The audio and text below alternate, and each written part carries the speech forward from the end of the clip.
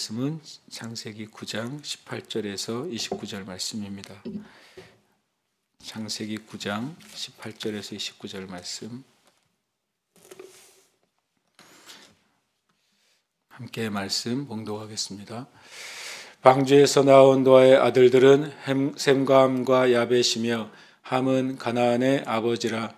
노아의 이 세 아들로부터 사람들이 온 땅에 퍼지니라. 노아가 농사를 시작하여 포도나무를 심었더니 포도주를 마시고 취하여 그 장막 안에서 벌거벗은지라. 가나안이 아버지 함이 그의 아버지의 하체를 보고 밖으로 나가서 그의 두 형제에게 알림해 셈과 야벳이 옷을 가져다가 자기들의 어깨에 메고 뒷걸음쳐 들어가서 그들의 아버지 하체를 덮었으며 그들이 얼굴을 돌이키고 그들의 아버지의 하체를 보지 아니하였더라. 노아가 술이 깨어 그의 작은 아들이 자기에게 행한 일을 알고 이에 이르되 가나안은 저주를 받아 그의 형제 종들의 종이 되기를 원하노라 하고 또 이르되 셈의 하나님 여호와를 찬송하리로다. 가나안은 셈의 종이 되고 하나님이 야벳을 장대하게 하사 셈의 장막에 거하게 하시고 가나안은 그의 종이 되게 하시기를 원하노라 하였더라. 홍수 후에 노아가 350년을 살았고 그의 나이가 950세가 되어 죽었더라. 아멘. 창세기 9장 18절에서 29절은 홍수 이후에 심판과 또 하나님이 심판 이후에 다시 언약을 회복시키시고 그리고 또 홍수 이후에 노아와 노아의 가족을 통해 새로운 인류를 시작하시고 난 후에 또 안타깝지만 또 홍수 이후에 첫 번째 타락의 또한 모습, 인간의 연약함의 모습이 드러나는 장면이고 또 그 인간의 연약함의 모습 안에서 또 노아의 자녀 중에 또 함의 자녀들이 또 어떤 저주 가운데 들어가는 그 이야기를 다루고 있습니다. 이 이야기는 어떤 면에서 굉장히 오해를 낳기도 했고 또 이 이야기는 또 성경에서 영적으로 중요한 또 의미를 내포하고 있기도 합니다. 특히 이 이제 방주에서 나온 노아의 아들들이 셈과 함과 야벳이다. 그리고 함은 가나안의 아버지다. 노아의 이 세 아들로부터 사람들이 온 땅에 퍼지니라. 전에도 나눈 것처럼 많은 그 전에 이제 성경을 비판적인 시각으로 보는 이들이 어떻게 한 사람으로부터 세 종류의 인종이 나올 수 있느냐? 이것은 뭐 전설 같은 이야기다, 거짓말 같은 이야기다. 이런 이제 말들이 전에 비판이 있었습니다. 그럼 놀랍게도 인간의 게놈 지도가 이제 이미 밝혀진 세대에 우리가 살고 있잖아요. 모든 인간의 유전자 정보가 100% 밝혀졌죠. 그러고 나서도 알게 된 게 놀랍게도 한 사람으로부터 세 종류의 인종이 나올 수 있다는 사실이 오히려 유전학적으로 증명이 되어서 그런 논문들이 이제는 나오기 때문에 그런 이제 예전에 그런 성경이 이건 신화나 거짓말이다라고 하는 말들은 이제는 사라져 버렸습니다. 실제로 놀랍게도 지금 시대에도 부모가 백인인데 자녀가 흑인이 나오는 경우까지 이제 나오게 되었어요. 그래서 하나님이 한 사람의 유전자죠. 어떻게 보면 아담이라는 인간을 창조하시고 아담 안에도 당연히 유전자가 있고 또 그로부터 온 세상의 인종이 나올 수 있도록 하나님이 베푸신 그 놀라운 그 지혜가 놀랍다는 사실을 우리가 깨닫게 됩니다. 근데 28절을 읽을 때 신기한 것은 노아의 아들이 셈과 함과 야벳이다. 이렇게 끝났으면 좋을 텐데 다시 신기하게 함을 한 번 더 설명하고 있다는 것입니다. 함은 가나안의 아버지다. 이 말이 이제 뭔가 앞에 일어날 어떤 사건을 마치 이제 전제해주고 있는 것 같은, 마치 이제 어떤 드라마로 치면 어떤 복선을 얘기해 주는 것 같은 문장이 됩니다. 그리고 노아의 이 세 아들로부터 사람들이 온 땅에 퍼지니라. 그러니까 18절과 19절은 어떤 한 시기, 한 잠깐의 시간을 의미하는 것이 아니라 노아와 세 아들로부터 일어난 전체적인 역사적인 맥락을 설명하고 있는 말씀이 됩니다. 첫 번째 이 뒤에도 이제 우리가 아는 것처럼 노아의 술 취함과 그리고 또 벌거벗음의 실수 뒤에 함이 아버지의 수치를 가리지 않고 드러낸 그런 문제 때문에 저주를 받는데 이 저주를 함이 받지 않고 가나안이 받게 됩니다. 이것도 굉장히 사람들이 의아하게 생각하는 것이고, 심지어는 이것이 어떤 대항해 시대 또 제국주의 시대에는 흑인들을 노예로 삼는 것에 대한 어떤 정당한 성경의 구절로 인용되기까지 했어요. 그래서 완전히 잘못된 인용이죠. 왜 그렇게 되었는가? 첫 번째로는 이 창세기를 모세가 쓰었을 때 첫 번째 창세기를 읽는 그 사람들은 누구였을까요? 바로 출애굽한 이스라엘 백성들이죠. 출애굽한 이스라엘 백성들에게 하나님이 주신 실은 명령 또는 비전이 뭐였습니까? 가나안 땅을 주시겠다. 그리고 가나안 땅에는 7족속을 몰아내고 하나님께서 아브라함 때부터 주신 약속의 땅을 너에게 주겠다고는 말씀이잖아요. 그러면 영적으로 가나안의 7족속을 하나님께서 몰아내셔야 되는 이유, 그 정당성을 놀랍게도 창세기부터 말씀하고 있다는 것입니다. 창세기부터 놀랍게도 이 가나안 7족속의 이제 어떻게 보면은 조상이라고 되어진 가나안의 아버지가 함이다. 이 말을 집어넣습니다. 그럼 처음 창세기를 읽는 출애굽한 이스라엘 백성은 이게 이 가나안이 거기서부터 왔구나 라고 한 사실을 실은 첫 번째로는 이제 생각나게 해주는 것입니다. 그리고 또 가나안이라는 이름 자체가 참 특별한데 낮은 이런 의미를 가지고 있습니다. 그리고 또 가나안은 또 고대에는 상인들을 의미할 때 가나안이라는 말을 사용하기도 했고, 지금의 통상이나 무역을 의미할 때도 가나안이라는 의미를 사용하기도 했습니다. 그러니까 가나안 땅은 주변의 땅들에 비해서 실은 낮은 지역에 먼저 이제 문화가 형성되었다고 할 수 있고, 그리고 이 가나안 지역은 상인들의 땅 그리고 무역로로 이용됐다는 사실이 그 이름 자체에서 이렇게 묻어나오는 이름이 됩니다.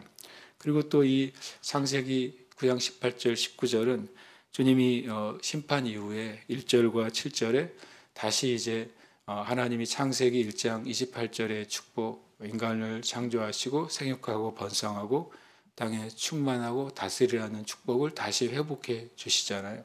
하나님의 축복이 회복됐다는 사실을 다시 보여주는 말씀이 18절과 19절이 됩니다. 그리고 이들이 새로운 인류의 기원이 되었다는 사실도 보여주고 있는 문장이 됩니다. 노아가 농사를 시작하여 포도나무를 심었더니 포도주를 마시고 취하여 그 장막 안에서 벌거벗은지라. 이 사건을 두 가지로 이해할 수도 있습니다. 하나는 노아가 어쨌든 인간적인 관점, 그러니까 영적인 관점이라 육적인 관점으로 봤을 때 노아는 온 인류가 망하는 과정을 본 사람이잖아요. 그리고 온 인류가 망할 때 하나님의 정말 막중한 그 명령을 따라서 100년간이나 방주를 짓고, 방주를 짓는 동안에 얼마나 많은 실은 수고와 고난을 지나왔을지 우리가 알 수 있죠. 그리고 방주 안에서 370이라는 긴 기간을 지나면서 그 가족들을 돌보고 또 하나님이 남기라고 하신 모든 동물들을 돌보는 일을 했습니다. 실은 그것을 알고 보면 정신적으로 육체적으로 대단한 실은 많은 수고를 한 것이죠. 그런 수고 뒤에 이제 새로운 세상이 열렸고, 말 그대로 노아와 그 가족 외에는 인류가 없었잖아요.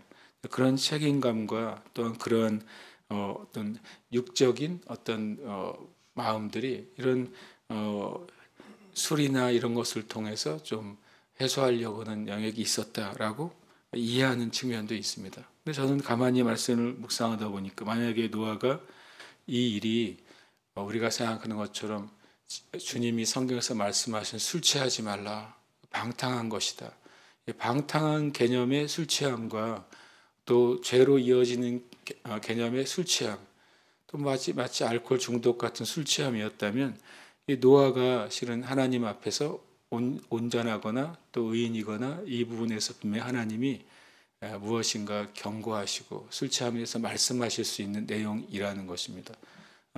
노아가 술 취하고 그리고 벌거벗고 누웠는데 그것을 이제 가려주지 않았다고 해서 함을 그렇게 저주할 수 있는가? 그런 면에 있어서는 다른 각도로 이해할 필요가 있지 않은가 하는 이제 이해가 됩니다. 첫 번째로는 포도나무는 실은 굳이 표현하면 창세기 때부터 존재했잖아요. 포도나무를 먹고 취하는 일이 이제 만약에 일상이었고 그 술 취함이었다면 이 노아의 시대를 설명할 때 그들이 술 취하고라는 실은 개념이 분명히 있었을 것입니다. 그런 성경에 그런 개념이 놀랍게도 안 나와요. 오히려 이렇게 이해할 수 있습니다.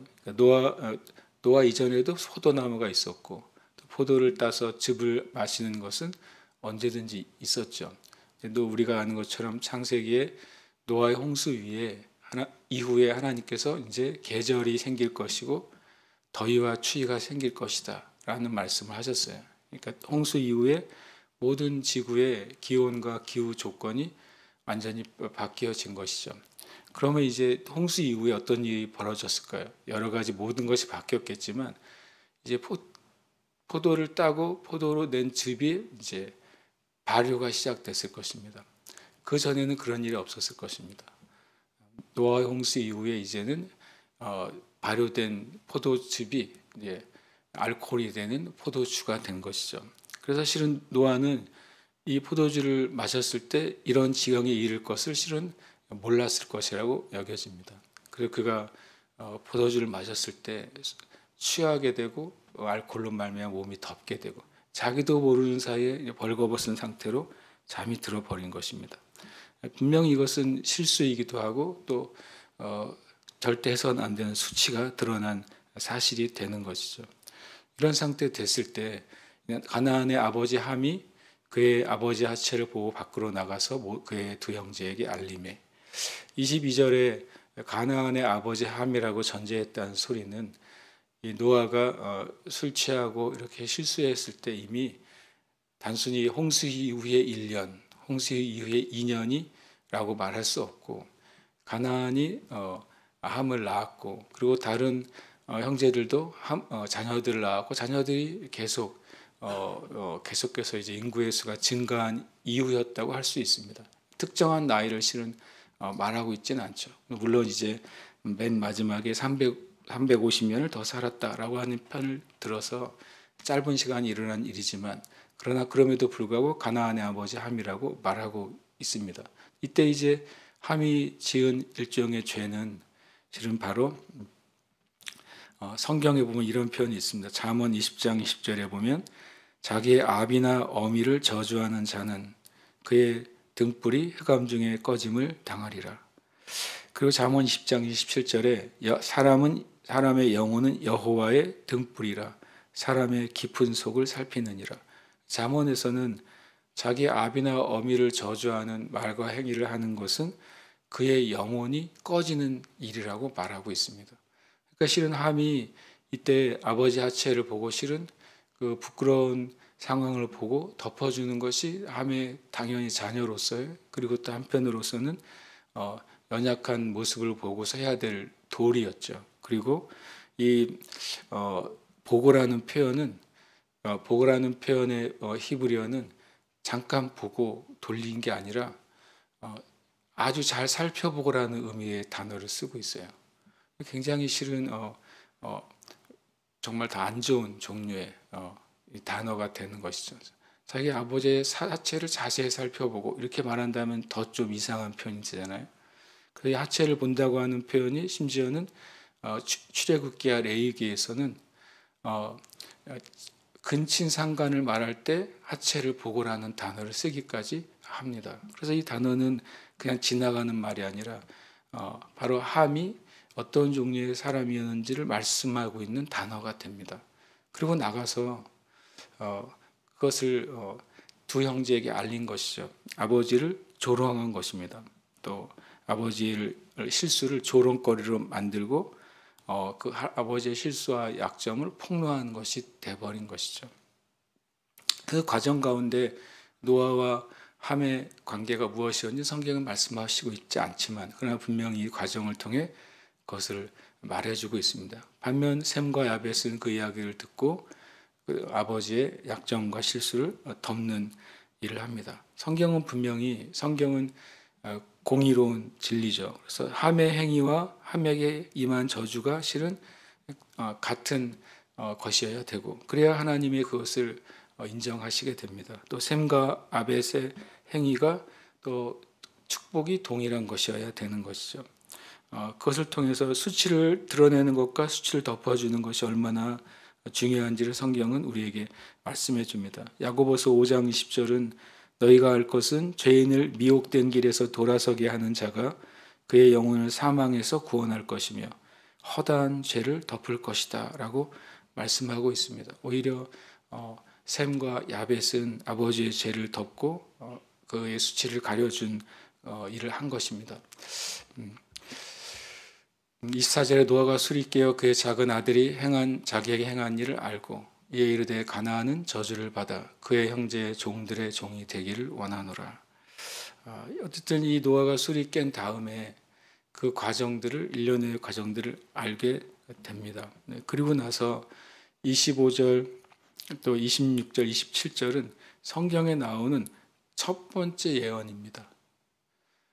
성경이 세 줄의 짧은 시인데 시 형태로 기록이 되어 있습니다. 그런데 이것이 첫 번째 나온 성경의 예언입니다. 예언이면서 그 예언은 놀랍게 영적으로 실은 성취되는 일이 있는 것이죠.